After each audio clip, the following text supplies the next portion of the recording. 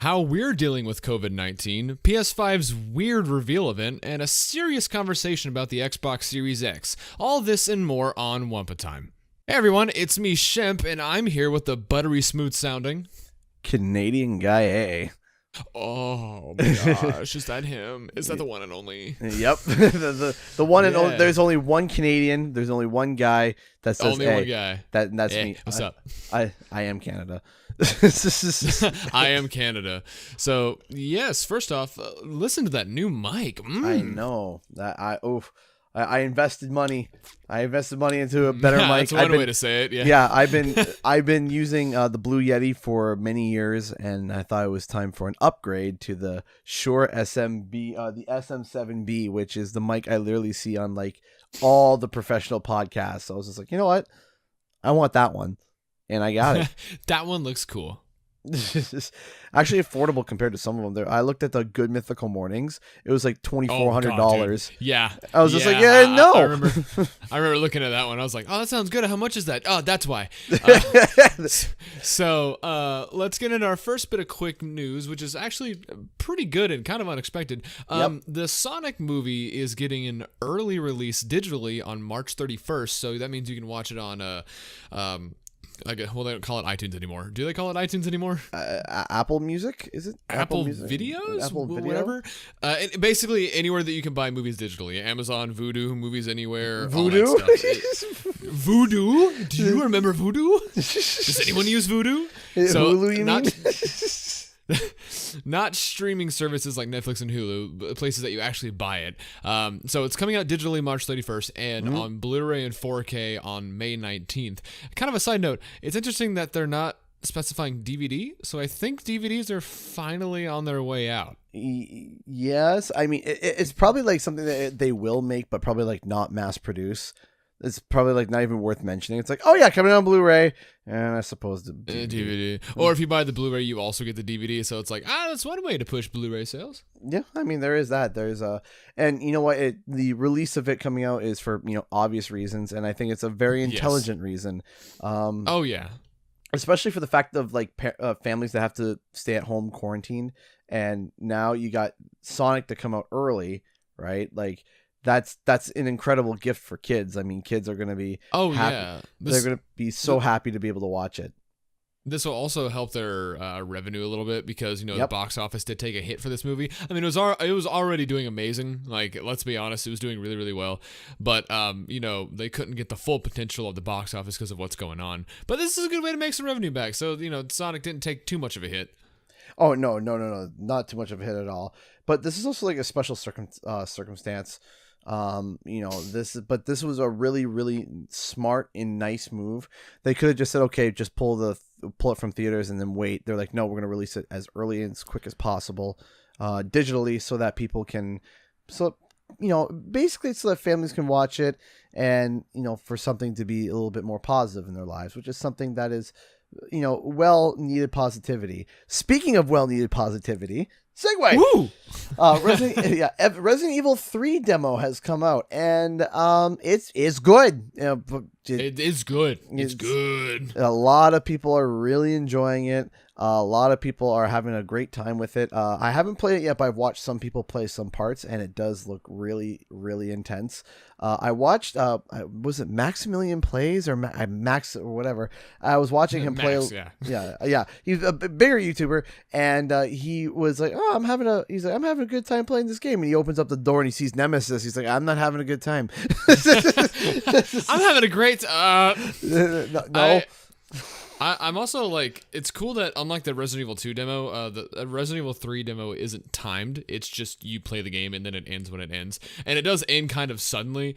But I'm wondering how long it's going to take until the demo is data mined, because I don't know if Capcom put enough effort into making a separate build for the demo, or if they just used like the final build and then just made a demo of that, because that's what demos on the PS3 did back in the day. Like if you downloaded the, let's say this, what was it, Sonic Unleashed demo, you just downloaded the full game and then you bought the unlock, and it would just unlock it, then you could play it. I'm wondering if that's what they're doing, where they just here's the game and here's the demo. Oof. But I mean, they did that with apparently with the Final Fantasy VII demo, and that was bad. And Ooh, the that was demo isn't even out yeah. yet, right? The demo Yeah, wasn't and even it out. got People data had mined. people were data mining cinematics. People were data mining a whole bunch of different stuff, and I was like, man, that's really really crummy. Which, speaking of, I don't know if we did talk about it, but not just. I've been noticing them starting to get back into demos. I've noticed recently Yeah. over the past few months that companies are you get demos for a game here and there, and it was like, all right, but we're getting AAA demos coming out to the public. Dude, I can't remember the last, because I remember like mass downloading demos when I got my PS3 just to try all these games, and then it just kind of dried up. But it's cool that you mentioned that, because Media Molecule actually announced that they're actually releasing a demo for Dreams. Yeah. So people who didn't get a chance to buy the early access or can't buy the game yet, you can still download the demo and mess with it, which is that Final Fantasy, Resident Evil, dude, it's just like left, right, and center for these demos. And they're good demos. Like the Final Fantasy VII demo is like legitimately for a first time playthrough, and you're just kind of wandering, like not rushing through and enjoying. It's easily an hour demo. Like, have you ever heard of an hour demo? Oh, dude, no, the Dragon Quest XI demo was like, what, 4 hours? And it carried over to the final game. Like, I'm glad that they're doing this, and I hope this carries into the next generation, because they finally understand that, the internet is a good way to market it, and if you release a demo, the internet's going to explode on it. Even if it does, like, let's say that they use the data mining thing as like a way of marketing, like, whoa, look, the name's out there more. People are talking about it more. Right. And I think that this is a really, really, really good way to be able to market the game, because people nowadays are getting scared of buying games. People are, because it's expensive, but you release a really genuinely good demo. It gets people excited, but not just that. Final Fantasy VII is 2 discs, and it's over 100 gigabytes. Yeah, 2 discs, 2 Blu-ray discs, over 100 gigabytes. And the amount of content in there is crazy, for the fact that compared to the original one, it's only a third of the first disc. Yeah. I literally a third, but it was like they estimated between a third to 50% of the first disc is. Yeah, so like we could have like 3 more parts for this. Absolutely. You could push even more, because there was 3 discs in the original. So I mean, you could do 3 more parts. You could do 4 more parts, even if you wanted to, right? It's just like, like, how much are they adding? What is going on? It's incredible. And I'm super excited, because if you think about it, if the demo that they give you is just a little taste, and it's an hour long, how long is the actual game itself? I'm scared the amount of time it's going to take to do that. But speaking of segue, whatever. I couldn't set it up. The Uncharted movie. Remember that thing? It actually got announced that they were filming. They're actually going into production, and it got delayed 6 weeks. Like, we finally got it out of development hell. Things were finally happening. And it gets pushed out. It gets pushed back. Like, we don't know anything. We just know that Tom Holland's in it, and it started filming, and then it stopped. But I mean, the thing is that, like, what else could they do? What else could they do? Honestly, yeah. And it sucks, and it's just like another, like, another blow to the production. Hopefully maybe this will be the time, because they were starting without a director, were they not? Because I remember one director we talked left. About it. Yeah, and they were saying that they were going to proceed without a director until they find a new one. This could be the time for them to go find that new one. How do you? First off, 6 directors later, and then the studio is just like, just start filming. They're gonna be like, well, who's gonna direct it? Just here's a camera. Just go out. Just go for it. I mean, the first 4 directors died of old age. I mean, that's how long it took to be able to get into production. I don't understand how do you film without a director? Like, I can't wrap my head around that. So it goes down to the producer. So how it works is you got and the producer is corporate, and producer is just going to be like, okay, just you can actually have a good producer save a film. You can, because sometimes directors go to becoming producers because they're like more retired, It's an easier job and stuff. You're just overseeing and making sure everything is fine.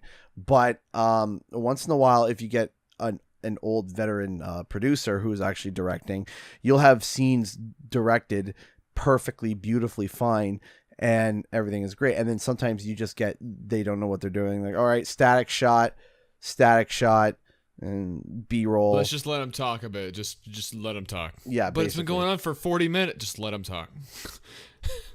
Mm-hmm.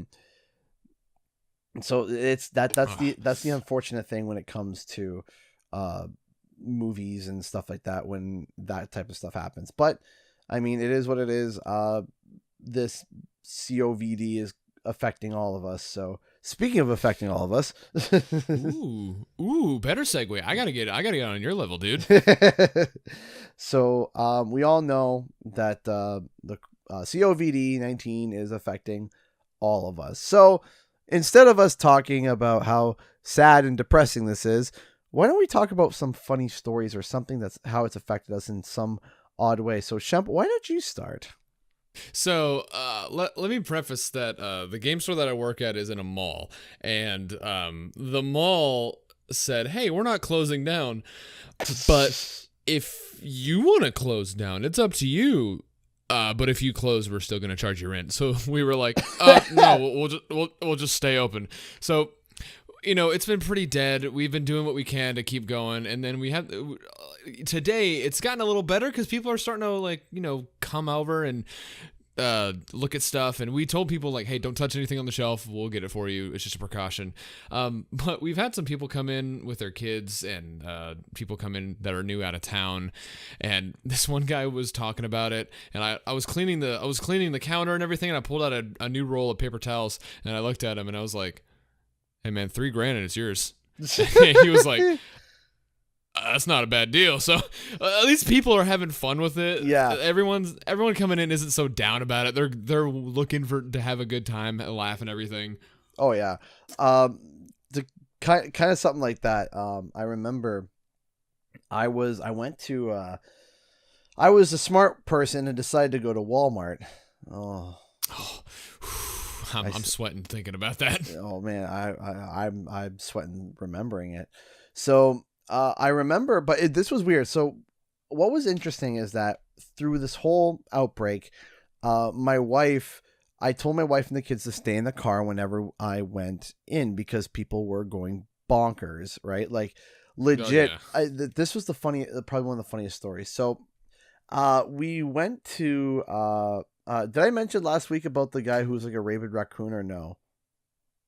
Did I ever mention I don't that? think so. Okay. I'm curious about that. Okay. Okay. So we have this store called Zehrs, and it's just a supermarket store. You got everything. You got your basic electronics. You got your hygiene, food, whatever. Right? It's like a Walmart, but more lean towards groceries. So we go in, and first off, the lineup to check out.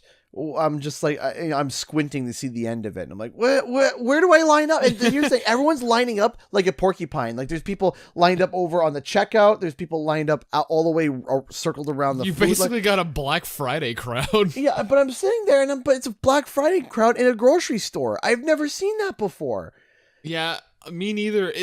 Because my fiance also works at a grocery store, and we also saw that. I know exactly what you're talking about.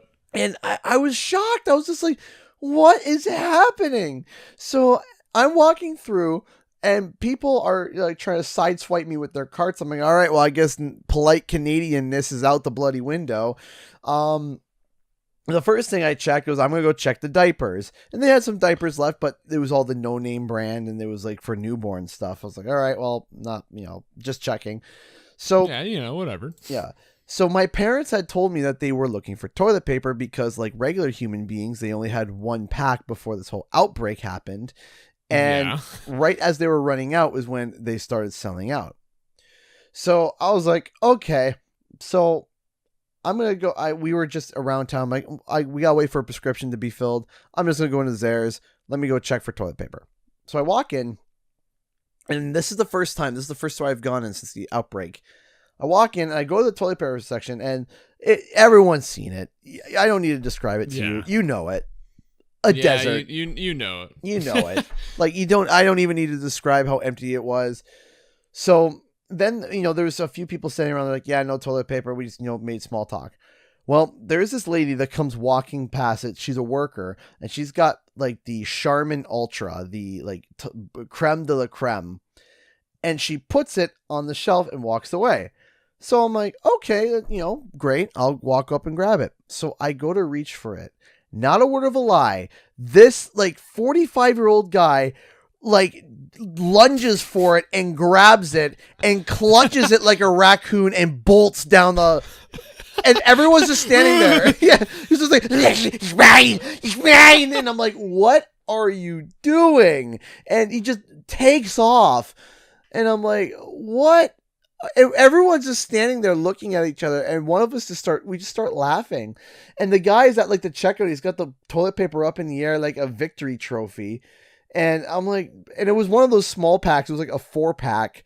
I'm like, dude, like this will last us. Oh, this will last us. Yeah, exactly. So that was hilarious just to watch this guy like absolutely lose his marbles over it. And then there was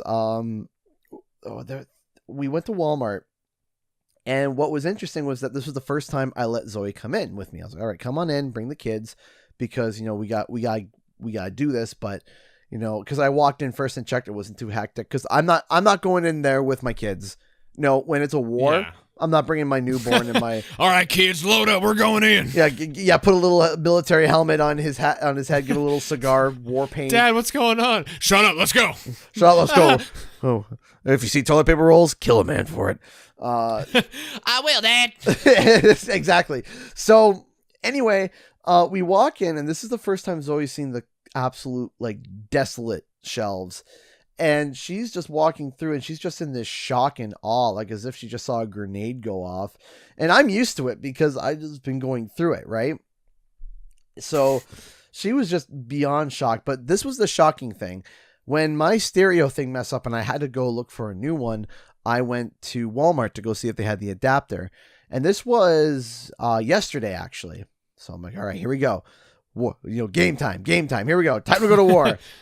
Walk in. There's nobody. Really? Dead. I've never seen Walmart this dead before in my life. Like, that's scary. It sounds like an abandoned Walmart. Yeah. And I'm walking through and I'm taking photos. I'm like, there's nobody here. There's literally no one here. There was more employees than there were people.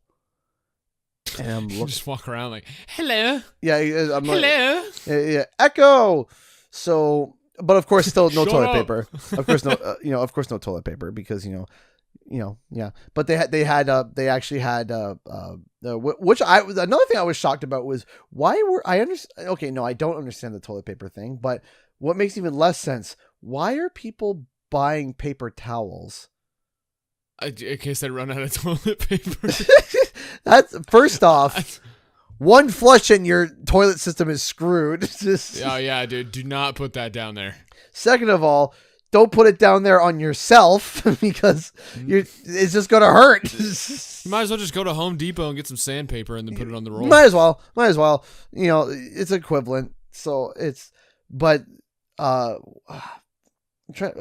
do you have any other stories? Because I'm trying to go through some of them man. Okay, so I have one that I remember, and then I have one big one that's not for me personally, but one that's something else that. Ooh, juicy. I don't know. You'll understand. I'm sure you've seen this, but you'll understand. So for me, the other day, we see on Twitter and we see everything like, oh, all the grocery stores are crazy. Everyone's acting like it's war. They're kicking people over and doing all this other stuff. Mm-hmm. And we were like, oh, whatever. So we were like, okay, let's go to Target. Let's just mess around, go to Target, do whatever.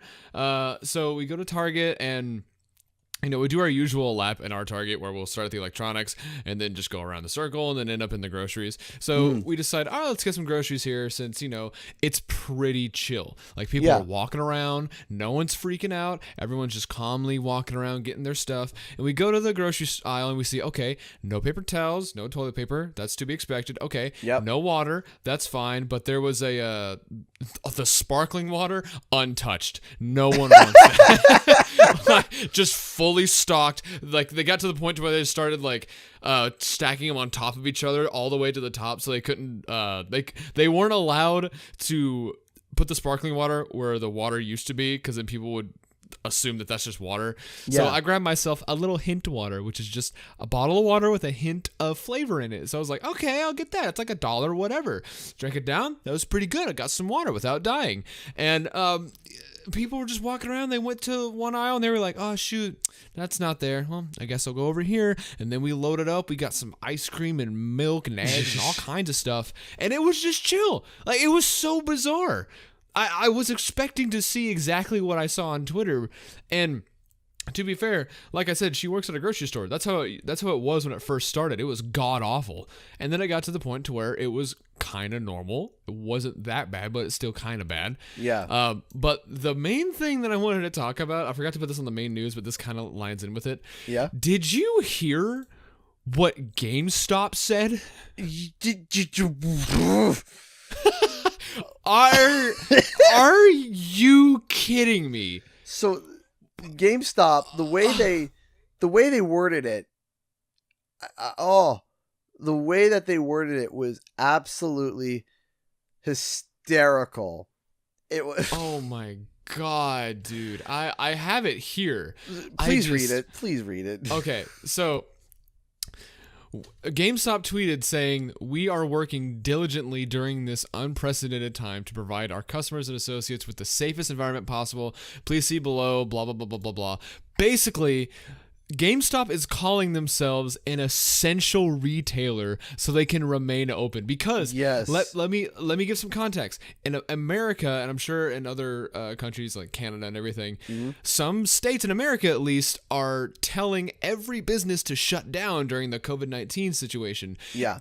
Except for essential retailers, which are like grocery stores and convenience stores. Like convenience stores, even police departments, fire departments, healthcare services, pharmacy, banks, gas stations, transit, all that stuff. Yeah. Where does GameStop fall into that? They're not grocery, they're not pharmacies, they're not a bank, they're just a game store. And the thing is, so there's this article from The Verge, and they actually got in contact with some GameStop employees, and they said, like, they said that they got a call from corporate. It was the regional manager and the district manager, and they said basically they showed little to no care for the employees, and the focus was on sales. They're staying open so they can focus on sales. They put out a tweet saying, "Hey, we're canceling all events. We're gonna sanitize everything. We're gonna give every store tons of sanitation material and everything they need." Not one store has gotten any of that stuff. Nothing. Not one single thing. And GameStop's like, yeah, we're an essential. We need to stay open. It's for the people. Seriously. And the best part was that when, because I went to EB Games. That's the same thing. EB Games, GameStop, right? It's the Canadian version. So I walked in, and I was shocked that they were open. I was like, oh, they're open. And I walked in, and it was like, man, I might as well have just not like shopped there, because I walked in, and no offense to them, but the amount of protocols that they're doing, it's like, okay, so first off, we're not accepting trade-ins anymore. It's like, yep, all right, that's fine. We're not accepting cash. Okay. And your card has to have tap. So you might as well just be closed. Yeah. That's what I'm getting. Well, the thing is that most people in Canada, they have tap now. But so the majority of people in America do too. Yeah, but it was just like, only tap. That's it. And like, you go to hand them like your card and stuff, and they hand you the machine to swipe it. And I'm like, man, this is just like, just close, man. Just close, dude. Like, I get it, but like, so give a little context. What we're doing, the store that I work at, what we're doing is we're still accepting trades, but anyone who works in the back, myself included, if anyone wants a trendy thing, we put on these thick latex gloves and do the trade and everything, and then we'll just stick it in a bucket far away. We're just gonna leave it there. And then we'll sanitize it later. No one touch it. We'll deal with it later. We'll put a lid on it and just keep it there. We still handle cash. We just sanitize everything as much as we can. Yep. I understand because I'm in the same situation, but that's not a protocol. We might as well be closed, but we're going to try to milk as much money as we can while we stay open. Well, the reason why they're staying open is because of Doom and Animal Crossing. Like, I can almost promise you any other time of the year. But the funny thing is, and this is something I wanted to tweet out and I never did, so I'll say on the podcast, won't get as much, fame or whatever, but whatever. It was IGN claiming that they're an essential store. And I said, gee, is that why your business are going into the ground because of digital sales? Yeah, dude. The owner of my store, we were actually talking about it to someone. So to give preference, he hasn't been into a GameStop in years. Years. He had no reason to. We were opening a store in another city, like 3 hours away, and he was like, you know what? I'll check out the GameStop. He walks in, he looks around, and he's like, where are the games? The GameStop, right? He said all that he saw was just a couple of games on the wall, mainly figures, mainly toys, and a bunch of digital cards. You could buy games from the digital cards, and I don't understand that. We stopped carrying the digital currency because we made no profit off of it. We'd have to buy them from $25 to sell them for $25, and then they started marking them up more. They charged us $27 to stock them, even though it's a $25 gift card. So we were like, no, you're not doing me any favors. I don't need these. Exactly. The fact that GameStop, like you said, they're staying open for Animal Crossing and Doom. The thing is, they don't make a profit off of that. I know the numbers that stores make off of new games because I've worked at Target and this game store. A new game, when you purchase your stock, let's say here, for example, in America, Animal Crossing is $59.99. So right. In Texas, that's $64.94 after tax. Right. When you buy the stock, the game is, I think, like either $49.99 or $54.99. Right. So that's how much the game is from the distributor. So you have to buy that from them. So we're making like a $5, maybe $6 profit after tax. Maybe $4. I think $4. We're making a $4 profit after tax. That's not going to keep GameStop open. Yeah, that $4 plus the tax is not going to keep them alive. That is not worth staying open for, especially those digital cards, because there is no profit on those. It doesn't make sense. Logically and mathematically, the amount of money that you're paying out to your employees and the amount of money that you're actually making is just, it's astronomically stupid. Yeah, I just don't get it. It's weird. It upsets me that I feel like I'm an idiot for not understanding what they're doing. I don't know. I don't know, man. But I do want to actually add on to this because an hour ago, GameStop has updated something. Thus far, they will now shut down all GameStops in California. Thus far, yeah, because the California governor forced them to. Yeah, like it took the governor to be like, guys, you are not essential. Shut down. Yeah, shut down, and that's just I can't. Just please stay home. Stay home. It's just, yeah, it's please. The thing is, I saw that someone said that their one GameStop had 200 Animal Crossing pre-orders, and I'm gonna be honest, that's a huge number. I get it, but I don't think 200 of those pre-orders are gonna be coming. We actually had a guy call us and cancel his pre-order at Doom, and we were like, yeah, we understand, we can do that for you, whatever. But I mean, to be fair, I guess it's a case-by-case basis with what area you're in, because we got 8 copies of Animal Crossing when it came out, and we are already sold out. Oh, yeah, of course. Only 8 copies. That's it, right? Like, so, yeah. So a local gaming store with all of the COVID-19 stuff going on, people were like, I could go get Animal Crossing. Yeah, seriously. Now we're gonna shift to a bit more of a sleepy subject. Yeah, right? I'm getting kind of tired, dude. Like, this is a good time to calm down because my feebled little boy brain can't handle what the information we're about to talk about. Yeah. So According to Sony. So all right. I have mixed feelings about this. Me too. So why don't you say yours? Well, explain what we're talking about and explain your feelings. Okay. Yeah, so Sony recently did that PS5 event that a lot of people were hyping up, and they shouldn't have, because this was meant for GDC. This was meant for developers to talk about or to see, and because this is all specs. We didn't even see the design of the PS5. All they did, like, remember in what was it? I think it was when the PS4 was launching. They showed Infamous Second Son a lot, and they tried to showcase the power of the PS4 before they even showed off what it looked like or something like that. Yeah. It's 2020, and they used Dead Space to talk about the PS5. Yeah, They used Dead. So basically, Sony's little event was just meant for developers to know the technical aspects of the PS5. And when I say technical, I mean technical. They went into every single thing about the PS5. They talked about every single chip and what every single chip does.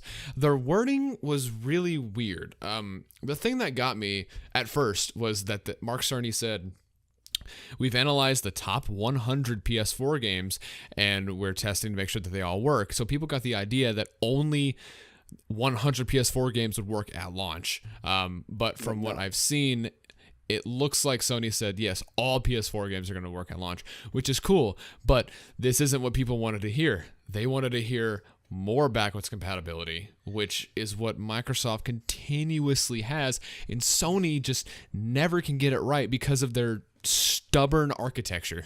Well, here's the thing: is that the problem is not even the PS4. We already know that it's going, like we are sorry. Yeah, see, no, it's already getting you. Yeah, it's already getting to me. No, we already know that the PS4 is going to be backwards compatible, and that's fantastic with the PS4.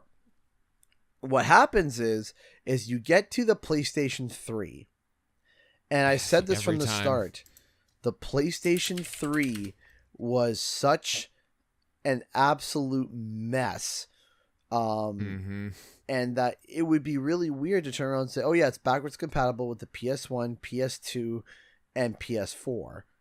And it's like, what about the PS3? Yeah, what about the 3? So right. you think that they just kind of skipped they skipped down on doing the other two because of the 3, or Absolutely. do you think they're holding back on us? No, well, they might be holding back. Of course they might be holding back, but the thing is too is that, and I think this is the biggest thing, is that it would be too expensive. I think it would be way too expensive, because we're already go on. Yeah, we're already putting in an SSD that is astronomical, like 5.5 gigabytes per second. That's nuts. That's insane. So my the owner of the store was he's our tech. He fixes a lot of our consoles, and he was kind of confused that it was like it's gonna be shipping with an 825 gigabyte SSD, and he was like, why not just make it a terabyte? That's very, very specific. Well, it might be a terabyte, but 825 of usable, like user usable. Yeah. Right? Because that makes more sense. It might be the rest is taken by OS, programming, and whatever, right? Yeah. And whatever else that they're going to be doing, 3D audio, and yeah, it's 825 once all that stuff is taken off. And what's interesting, and this is the biggest interesting thing between what Xbox and PlayStation is doing in terms of expandable memory. So I don't know which I prefer, because they both have their positives and they both have their negatives. One has a more plausible, more positive outcome, and the other one is more secure but not as positive. So Xbox Series X is doing the we're reverting back to memory cards. Yes. It's well, kind of. I'll let you go on. I think I have a little more insight on it, but I'm not sure. All right. So Seagate and Xbox have come together, and they're creating essentially these expandable memory cards. Now, what you do is that when you want to put more system space on your console, you pop this memory card in. The problem is that it's proprietary. So that means that you can't, like, a third party can't develop a lower version or not as quick version. And the reason why it's set up that way is because what's going to be happening is that you can still hook up your hard drive to it. You still can, but it won't be able to run Xbox Series X games off of it. You can't save the next gen games onto there. So because it's backwards compatible, you could put your Xbox One games and your Xbox 360 games, and I suppose Xbox games onto your hard drive, your save files and all this stuff. Perfectly fine. That is okay.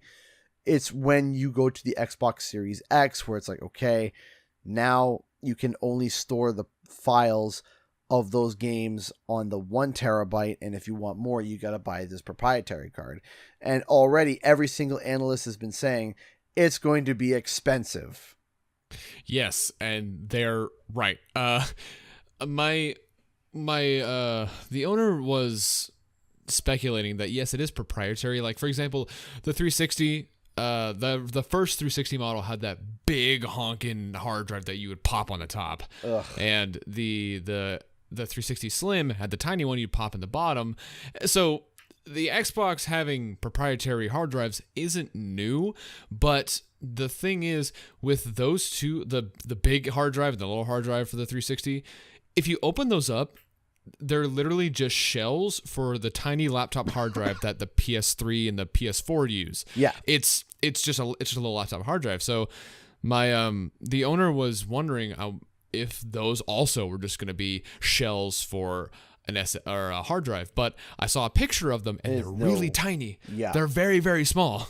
Yeah, they're very, very small. And the problem is that when you compress an SSD technology to that size specifically, like, it's small. Like, it legitimately, like, imagine take a Nintendo 64 cartridge and cut it by 3/4, and that's basically it. It is small and it is tiny, and when you shrink down technology, the price goes up, and it's proprietary, and there is a lot of problems. But then we transition over to PlayStation, and PlayStation is currently their plan.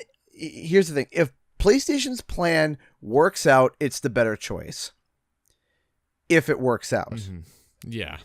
Because what the problem is that what they're saying is that they are going to have open market for hard drives. Oh, yeah, the M.2 drive or a slot. Right. Where you can literally pop in, you could buy an SSD, you could pop it in on any local market. So if you want to buy a 4 terabyte, you can buy a 4 terabyte. If it goes on sale through Seagate, through Western Digital, through a no-name brand, you have at it. But the problem is, what comes in is that it needs to have a certain disk speed, because not all SSDs are the same. Just because you have an SSD doesn't mean that the read speed's the same. And it needs to be a minimum of that 5.5 gigabytes. And they just released the 7 gigs, but the 7 gigs, it's not consistent 7 gigs, right? It's not. Mm-hmm. And they tested it, and when they popped it into the PlayStation 4 or PS5, the speed dropped down to 4.2 gigs per second, because it's not built around for PlayStation. Yeah. So the problem is that the issue that we're having now is, like, they're saying we're still figuring it out, because the disk speed needs to be moving at a specific speed in order for the AI to be programmed right, for the levels to open, for all these things. So they're saying that basically they're in talks with people right now and figuring out how to expand the memory and how to be able to continue the speed. But it's interesting. It's interesting because it's like, that's not great either. Because right now we don't know. See, Microsoft came up with a solution. Yeah. It's a crappy solution, but it's a solution. No solution has been made for PlayStation yet. It's just up in the air, right? Yeah, and that's the thing. As of right now, Microsoft is looking like the better choice because solely because PlayStation isn't showing anything worth noting about. We don't know the design, we don't know the price, we don't know the release date, we don't know like the full features. Xbox came out and said, okay, here's what it looks like. They even invited people out to tear it apart and then put it back together and then show you what it's like to tear it apart and put it back together. They showed you the board, they showed you the South board, they showed you like comparisons between the Series X and the One X. They showed you like size comparison and width and length and all that stuff. And then right when I swear they're messing with them. Right when Sony did the whole PS5 event a couple days ago, Microsoft immediately was like, okay, Thanksgiving 2020. Yeah, there you go, like right away. And to be fair, this seems like the reverse of what they did last year when Microsoft was like, yo, you can't play used games, and Sony was like, here's how to play used games, here you go, thanks. Oh no, that's it's 100% a low blow. Yeah, totally. This is something that needs to be talked about because Sony is not sharing details and they're literally shooting themselves in the foot, because the problem is that consumers need to be able to say, you have to think, general consumers are not like us, where we are literally on the ball. We are making sure we're paying attention. We are making sure that we keep up to date. And the thing is not everybody is like that, right? Some people, they find out like, oh, the PS5 is coming. Sweet. Like they don't know that the PS5 is coming until the announcement happens, the official full-on announcement. And the thing is that they're going to find out, oh yeah, coming out in, it's like, oh yeah, coming out in 3 months. And people are like, wait, what? 3 months? I don't have enough time to save up money for that. Why would I? And the other thing is that people will okay, so general consumers will believe anything. I cannot tell you the amount of times I have heard people come into the store and say, so what are your thoughts on the PS5? I'll say, oh, don't know much about it. And they'll 9 times out of 10, they'll always say, yeah, I heard it's going to be fully backwards compatible. And I had to explain, no, that's just a Facebook rumor that you just looked at and believed. Look into it. Yeah. So there's so many people that are going to see the PS5 when it comes out and just automatically think that it can play everything because that's the rumor that they heard. Yeah, exactly. And Sony's not detailing anything. They just said that it works with PS4, and to be fair, that could just be what it plays, and if that's it, that's going to be a huge bummer, given the fact that Xbox said it will play Xbox One games, and they specified backwards compatible 360 games and backwards compatible Xbox games, which means games that have already been approved to run on the Xbox One will work on the Series X. Right. That's cool. And they said that those backwards compatible games will benefit from the Series X with like faster load speeds, better textures, upscaled resolutions, all that stuff. Yeah. But also, and Sony's not. Yeah, the big thing is that what they're doing too is that they are trying to make everything run in boost mode, right? They're trying to make sure that everything runs great. So higher frame rates, higher resolutions, higher this, higher that. They want, they want to build that, and they want to make sure that there is as much as possible. There's as much games as possible that will do that, but there are some games that they have to do on a case by case basis, right? And I do have one concern for the Xbox Series X, just because we're kind of just talking about both of them. My one concern is simply the cooling. I actually saw multiple videos that went into detail about that. So what's your concern? That it is not going to be good, like it's going to overheat. Because I took a look in the inside and there's not a lot of space in there. There ain't. Yeah, it's very cramped. Oh, my bad. It's very cramped, and they specified that the whole design is so there's a huge fan on the top, and I think there's a tiny fan on the bottom that's going to suck up the air from the bottom or the side, depending on how you put that little mini fridge. But by the way, a lot smaller than I thought. I thought it was going to be a lot bigger. I don't know if that was you too, but I thought it was going to be huge. Yeah. Yeah, but I mean they had here's the actual size comparison, and it wasn't exactly that, right? So I mean, again, more clickbait, because it's just like, hey, this is the size of it. And it's like, oh, okay, yeah, and it wasn't. That was people talk about it. Yeah. So I think there's a little fan on the bottom and the giant one on the top, and the whole idea is to have all the air just kind of funnel up like a tornado on the inside and just shoot out the top. All right. I don't know how good that is, because I know with every standard console, there's a fan on the back to push air in or exhaust hot air.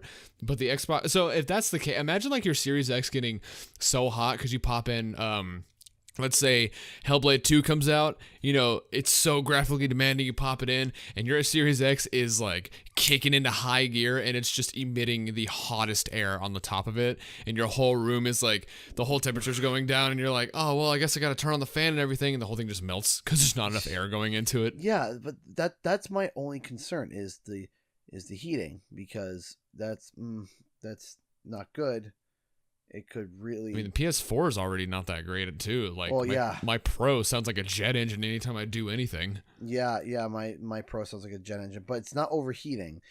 The space though in that Xbox Series X, that's my concern. I'm like, what's gonna happen? It could go bad.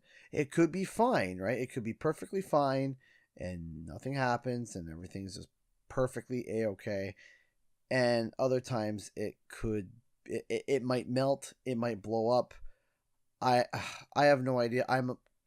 I'm concerned about the next generation, because I'm concerned as to what is PlayStation doing, and then I'm concerned at Xbox's certain choices. I'm kind of like not soured, but I'm just like, you know what I mean? So my biggest fear is when both of them come out, I pick up the PS5 because, I love PlayStation. I love their exclusive and everything. Yeah. Their exclusives and everything. My biggest fear is that if I pick up the PS5, I'm scared of regretting it. Like, I'll buy the PS5, look at the Series X, and then realize, oh, that's actually the better console this generation, but I love PlayStation, but it's not doing it for me. And then I kind of go over. Because when I bought the Xbox One, I didn't enjoy it because I used it mainly to play 360 games, and I realized I have a 360, and the games that I want to play on it aren't compatible on the Xbox One, so there's really no point in having this. Because, like we said a couple podcasts ago, a lot of Xbox exclusive games are on PC. So if I really wanted to play Halo or Gears of War, I can play them on my PC, so I don't need a Series X. Right. You see, this is what I mean. There is a lot of things that I'm concerned about for the next generation. Not in terms of like the games themselves. I'm not worried about that. Just the hardware. It's the hardware. The hardware has me, extreme concern. I think this generation really put it into perspective for us, because when the PS4 was announced, we were all so excited because we didn't know how the future could go from the PS3, because graphics already got so good. Like when The Last of Us dropped, that blew my mind that was running on a PS3. That in Uncharted 3 and God of War Ascensions.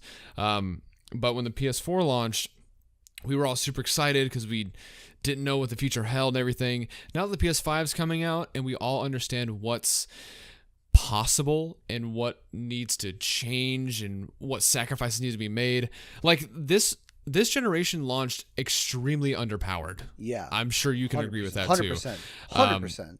Like how Sony just kind of slapped on VR onto the PS4, even though it's clearly not made for VR. You have to get a separate PS4 just to hook up to the PS4 to use the VR headset. That alone shows that you guys didn't think about this when you made it. You just thought, oh, we could do that. Cool, we have VR now. Yeah, but this generation, I'm excited by looking at the stats. The stats is, the stats are exciting. Like, I'm very excited about the stats, and I'm very excited about these things. But there's the buts. Yeah, there's a lot of concerns, and I don't know how to feel. I'm scared because these things are going to be expensive too. Because that's the thing, is that the PlayStation 4 came out at an affordable price. But now people the Xbox One X shows though that people are willing to spend $500-600 on a console, and that's getting really expensive. That's up there.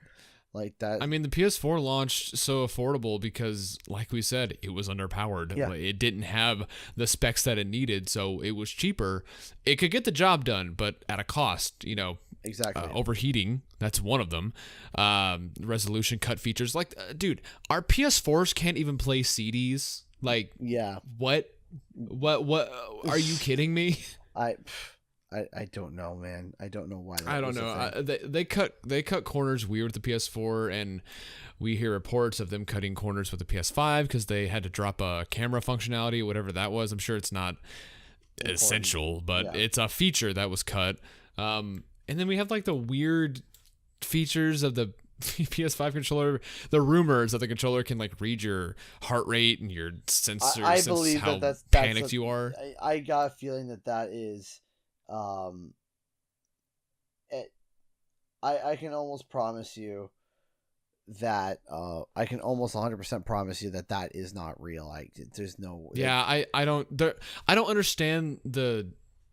I don't understand the mentality of investing in that idea and developers finding use for that. Besides, like, maybe 2 developers of horror games will do something with it. Yeah. But I don't see like your standard Grand Theft Auto or Assassin's Creed doing anything with that. Yeah, no, and not to mention, it's stupid because it's something that people can't control. Like, some people are playing and they do have anxiety. They do have.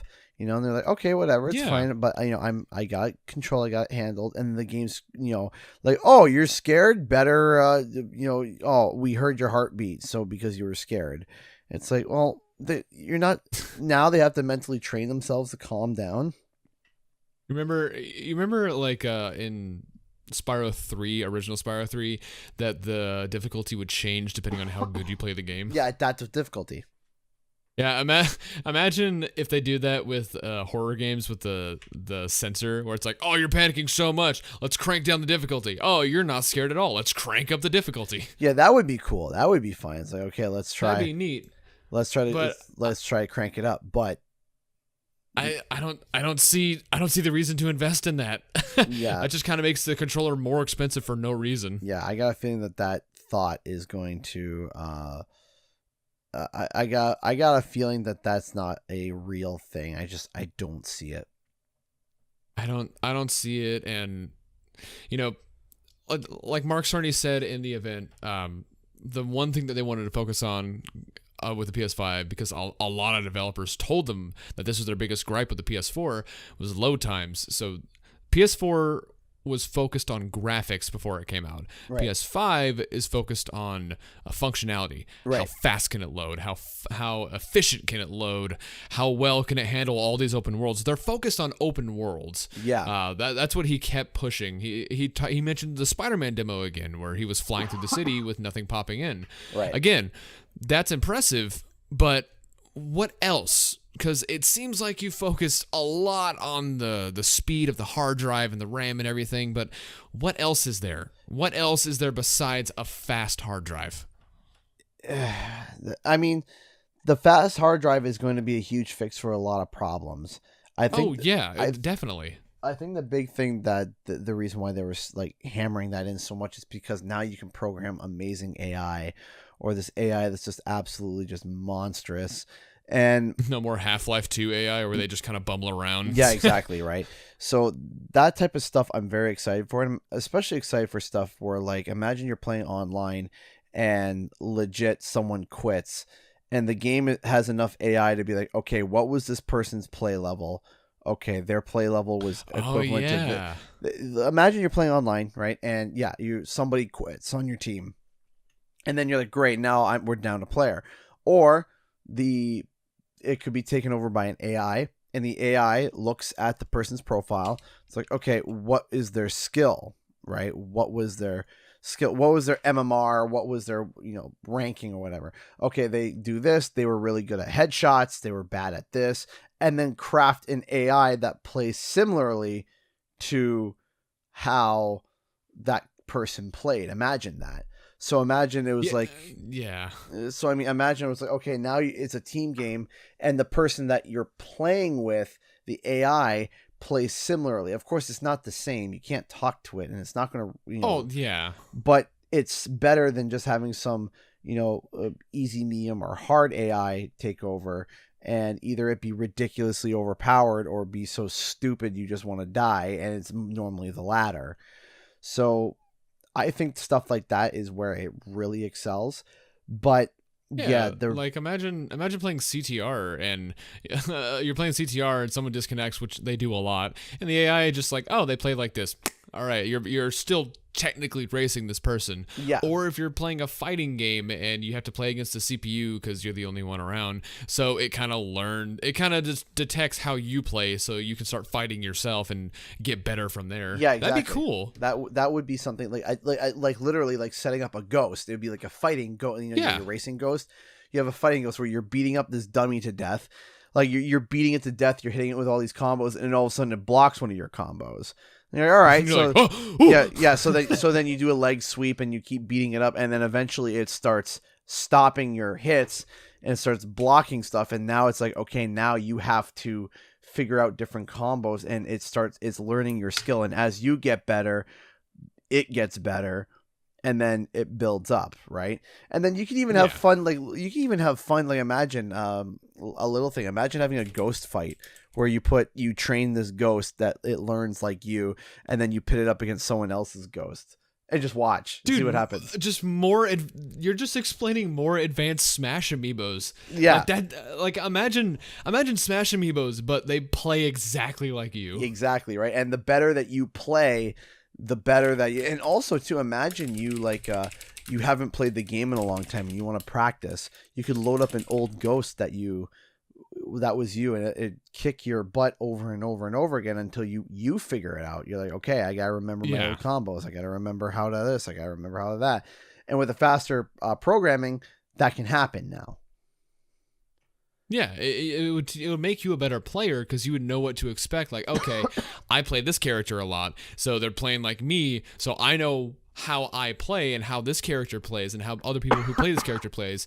So you go online and you see them and you're like, okay, I got the download. I know exactly what they're gonna do. Right, and you can learn and get better. Right. So yeah. So, I mean, there's benefits of the faster hard drive, a lot of benefits, but I just want to see more. I just want to see what the thing looks like. Yeah. That's all I care about. I want to see games. I just want to see games. I want to see games. I want to see even like a teaser for Spider-Man 2. Just anything. New Infamous, maybe. That would be cool. Just give us an idea of what's coming, other than Godfall. Yeah. Yeah, Godfall. Like, okay. Yay. Yay. But I think that's going to do it for us today. Yep. Unless you have any other topics you want to talk about? No, that's about it. I'm kind of zonked out from this week of work, so. Yeah, it's been crazy here too. So thank you everyone for watching either live or listening on Google Podcasts, Spotify, Apple Podcasts, SoundCloud, anything that has audio. We're there. Carrier pigeons, please come back. I am Shemp on YouTube. On Twitter, it is ShempOfficial. YouTube.com/ShempOfficial. Canadian Guy A is exactly that, except on Twitter, there's one more H at the end. Still hunting down the imposter. Still hunting him down. All right. Everyone, hashtag Wumpa Time, and then put a bunch of emojis of pitchforks, and then at the other Canadian Guy A. Don't do that. But We're just kidding. Thank you guys for listening. Hope this perked up someone's day who's going through the world right now. And we'll see you guys next week. Bye-bye. Bye.